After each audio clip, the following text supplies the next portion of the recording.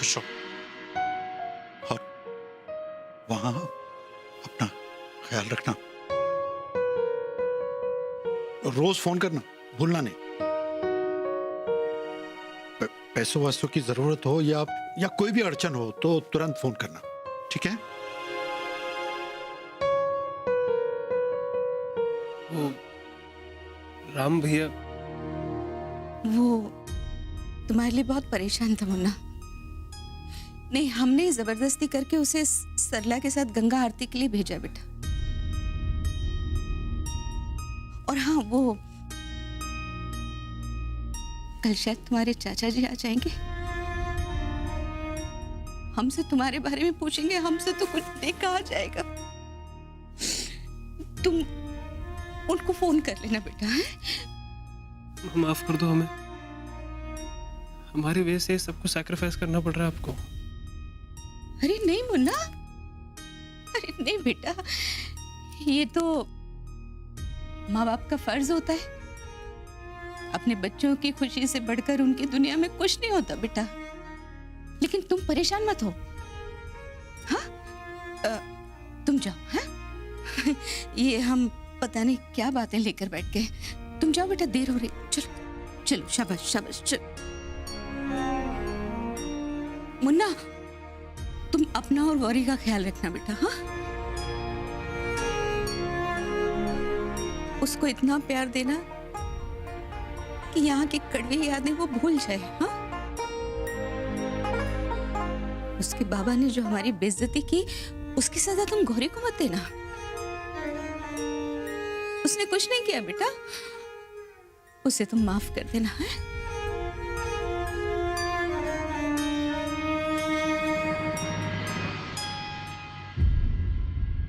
बेटा, हम भी इस अपमान के घूंट को पीने की कोशिश करेंगे। अगर हमसे नहीं हो पाए ना मुन्ना, तो हमसे नाराज मत होना बेटा, हाँ?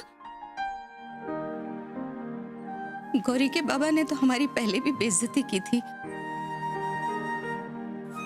लेकिन कोई बात नहीं।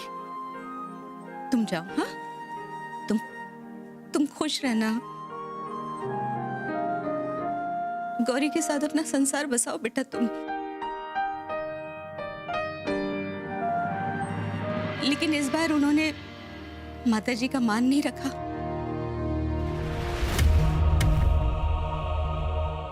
तुम्हारे बाबूजी की बेइज्जती की, हमारे घर की परंपराओं को, हमारे यहाँ के रीति रिवाज का अपमान किया। लेकिन कोई बात नहीं बेटा, तुम जाओ मुन्ना। तुम्हारी अम्मा को अनपढ़ गंवार कहा,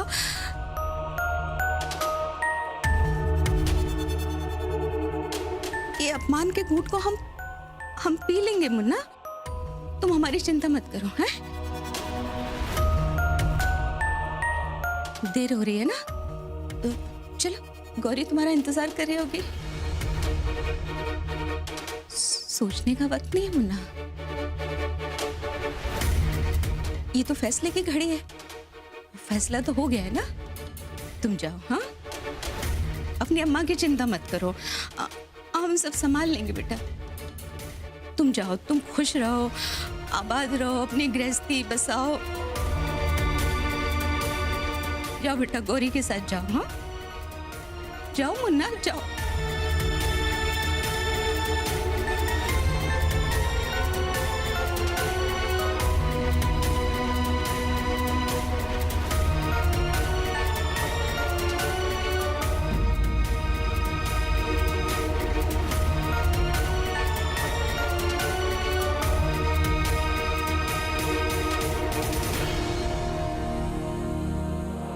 आपके कहने का अनुसार औरतों की कमाई हमारे यहाँ खाई जाती है, लेकिन आपके यहाँ परंपरा के नाम पे बहू बेटियों को दबाया जाता है और दान दहेज के नाम पे परेशान किया जाता है।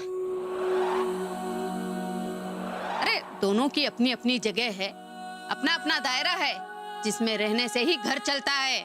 लेकिन लड़की को लड़कों से कम समझना और कमजोर होकर उसे बांध के रखना गलत बात है। अब तो अनपढ़ औरतों वाली जिंदगी नहीं जिएगी, समझी?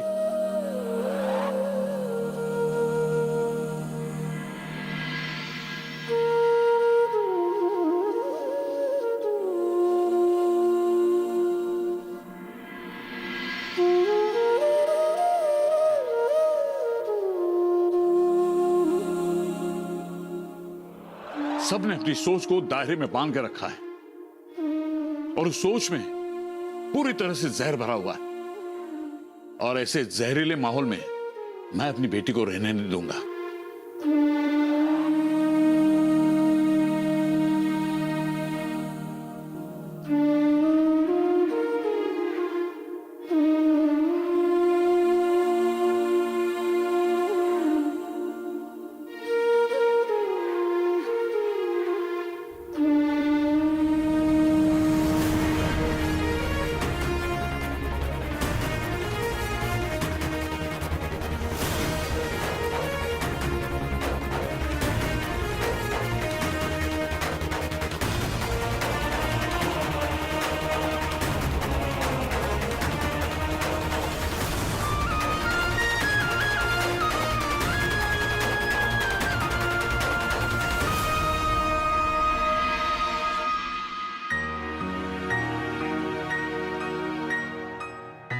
काय गो?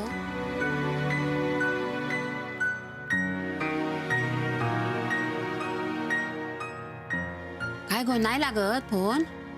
रिंग जाते पण कोणी उचलत नाहीये. काय कळायला काय मार्गच नाहीये. काय यार, सकाळपासून संध्याकाळ झाली तरी जावई बाबूंचा काय फोन लागत नाही. हो ना, मला फार काळजी वाटतेय. मी आता अजून वाट बघू शकत नाही. अगो, हे काय काय करतात? तू बॅग कशात काढतस? आ अगो, काय चाललीस तू? बनारशीत चाललीस का काय? हो य नचिकेत, नचिकेत.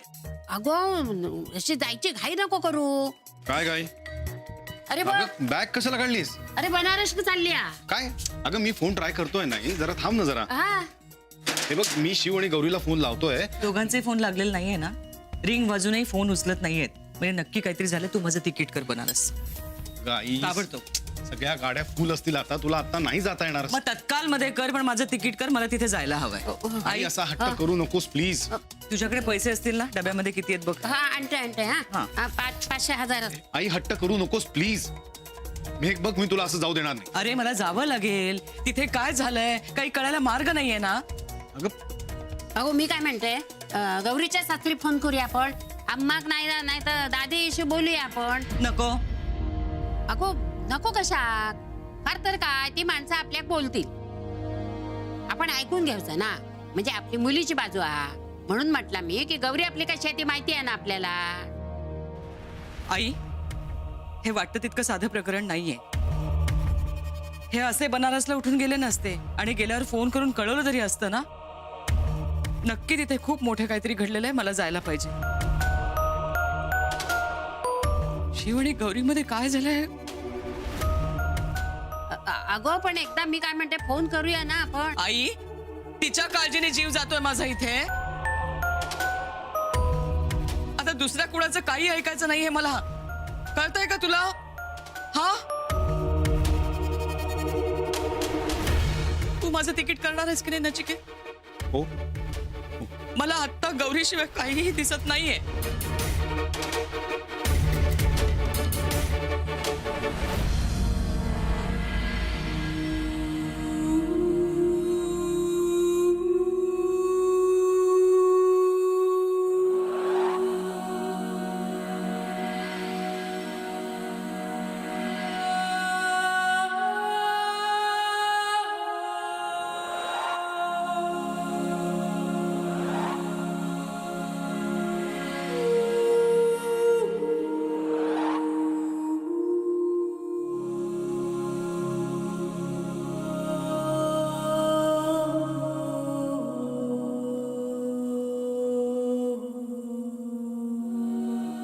नाही येणार तू.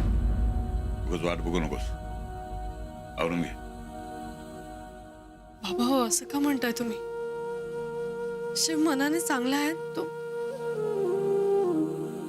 माहिती मला, पण त्याच्या घरच्यांची मनं चांगली नाहीत. वेगळी मतं आहेत त्यांची, आपल्याला न पटणारी. आपल्याविषयीची त्यांची मतं ऐकलीस ना तू? आपल्या संस्कृतीबद्दल, तुझ्याबद्दल किती द्वेष बघितलास ना तू?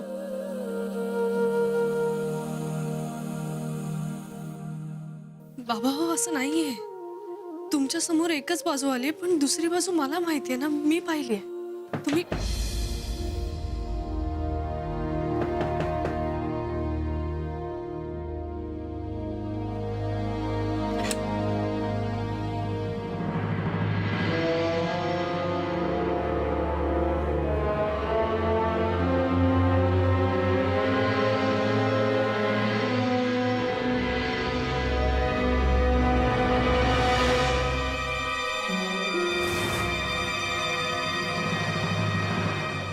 नमस्ते भाई साहब। वो गौरी के कपड़े लाए थे।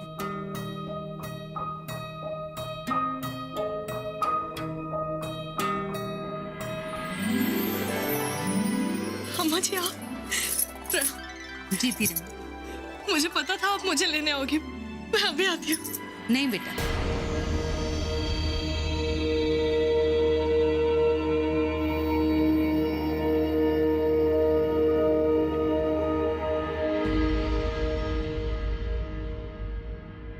काश काश हमारे बस में ये होता गौरी, तो हम तुम्हें अभी इसी वक्त अपने साथ ले चलते।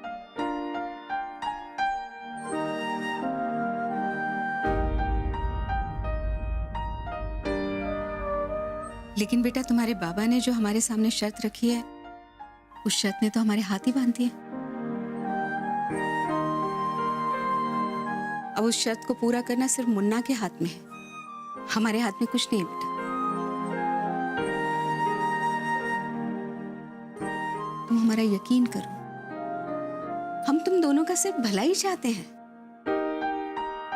तुम हमारे घर की बहू हो, मुन्ना की पत्नी हो,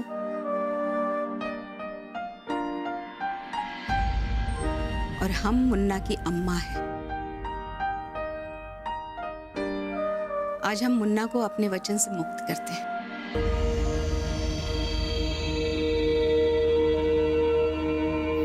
अब क्या कह रहे हैं मैं समझे नहीं। काय करणार आहात तुम्ही? गौरी, हम चाहते हैं कि मुन्ना बिना किसी दबाव के अपना फैसला ले, इसलिए आज हमने उसको आजाद कर दिया और हमें वो फैसला मंजूर होगा। बेटा ये कपड़े वो तुम पहनी हुई साड़ी में ही घर से चली आई, दिक्कत हो रही होगी ना तुमको, तो हम ये कपड़े लेकर आ गए।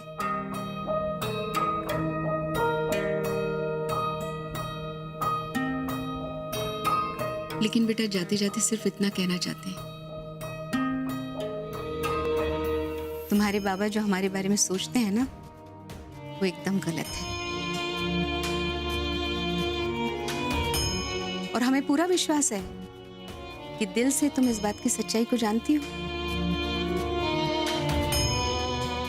लेकिन पता नहीं क्यों तुमने अपने बाबा को समझाने की कोशिश नहीं की। हमारे समाज, हमारी संस्कृति के बारे में तुम्हारे बाबा के जो विचार हैं, वो विचार आज तुम्हारी शादीशुदा जिंदगी के दुश्मन बन गए। लेकिन गौरी, हम तुम्हारे दुश्मन नहीं है बेटा, और ना ही मुन्ना, ना ही हमारा परिवार तुम्हारा दुश्मन है। घर की चार दीवारी के अंदर जिस बात का फैसला हो सकता था, वो तुम्हारी और तुम्हारे बाबा की गलती की वजह से यहां तक आ पहुंची। और ये गलती कोई मामूली गलती तो नहीं है। आज तक हमारे खानदान की किसी बहू ने इस तरीके से घर की दहलीज को नहीं लांगा गौरी, और ना ही बहू के माता पिता ने उसके ससुराल वालों की ऐसी बेइज्जती की जैसे तुम्हारे बाबा ने हमारी की। देवर जी की पत्नी ने दहलीज लांघने की गलती की थी, उसका नतीजा क्या हुआ ये तुम अच्छे से जानते हो। देखो, ये सब कुछ हम तुम्हें डराने के लिए नहीं कह रहे, हम तुम्हें सच्चाई बता रहे हैं।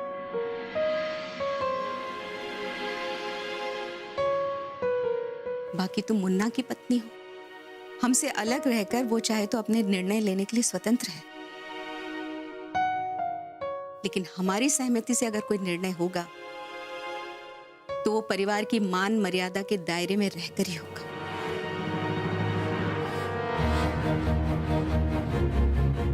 जिनसे गलती हुई है, झुकना उन्हें ही पड़ेगा।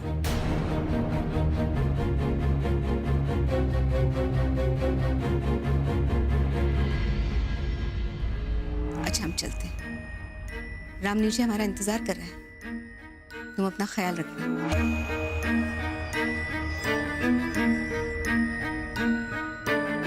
नमस्ते भाई साहब।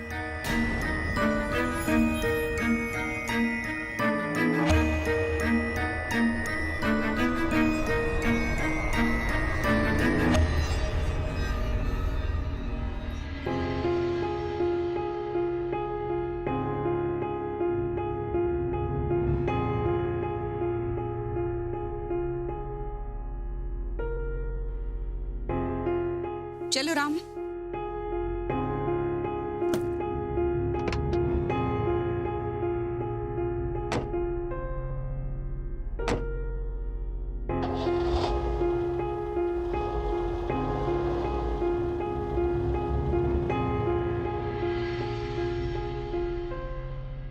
बघितलं बाबा, किती काळजी आहे त्यांना माझी. ते स्वतःहून कपडे घेऊन आलेत माझे. याशी दारात कपड्याचे बॅग ठेवून दिले. हीच वेळ स्वतःच्या लेकीवर आली असती, अशा वागल्या असत्या त्या. नाटक आहेत नुसती. तर त्यांना खरंच काळजी असते ना तर माझ्याशी भांडल्या असत्या. हक्कानं तुला घरी घेऊन जाते असं म्हणाल्या असत्या. माझी अट त्यांना अडवण्यासाठी नाहीये, आणि जर असेल तर आपण याच्यावर चर्चा करूयात ना, मार्ग काढूया असं म्हणाल्या असत्या. सोन म्हणणं आणि सोन मानणं यामध्ये फरक आहे गौरी. त्या फक्त तुला. बाबा, या सगळ्यात शिवची काय चूक? त्याला का शिक्षा? बाबा, या सगळ्याचा त्रास त्याला का? तुम्ही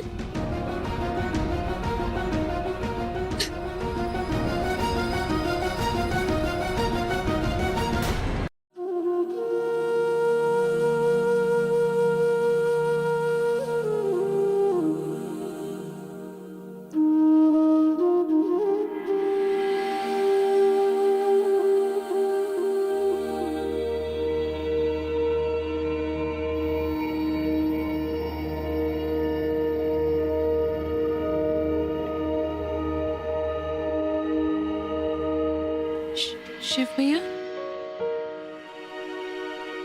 शिव भैया, जी भाभी। भैया आपने खाना नहीं खाया, खाना तो ठंडा हो गया. रुकिए, हम गरम करके लाते हैं. भाभी प्लीज लेके मत आना, नहीं खाएंगे हम। लेकिन भैया खाना तो. भाभी आपसे रिक्वेस्ट कर रहे हैं, फोर्स मत कीजिए हम। ठीक है, जैसा आपको ठीक लगे. चलते हैं हम.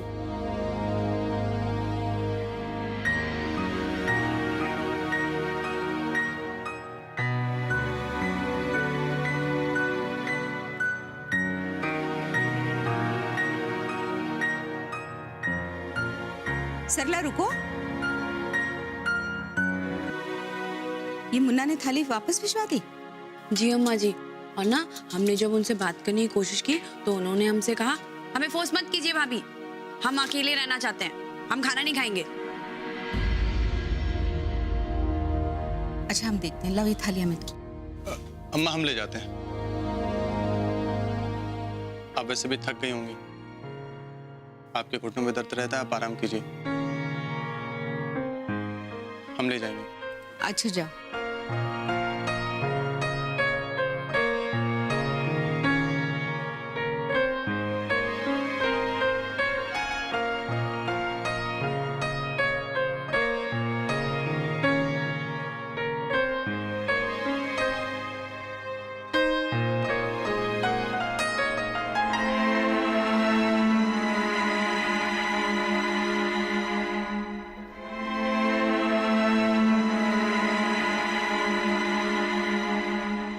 अम्मा जी, वहां पे क्या क्या हुआ?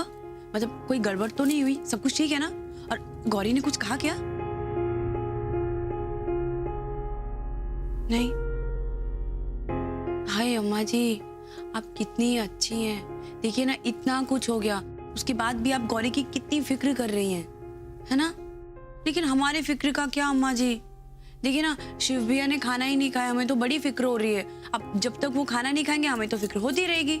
एक बार वो खाना खा ले तब हम भी बेफिक्र हो जाए.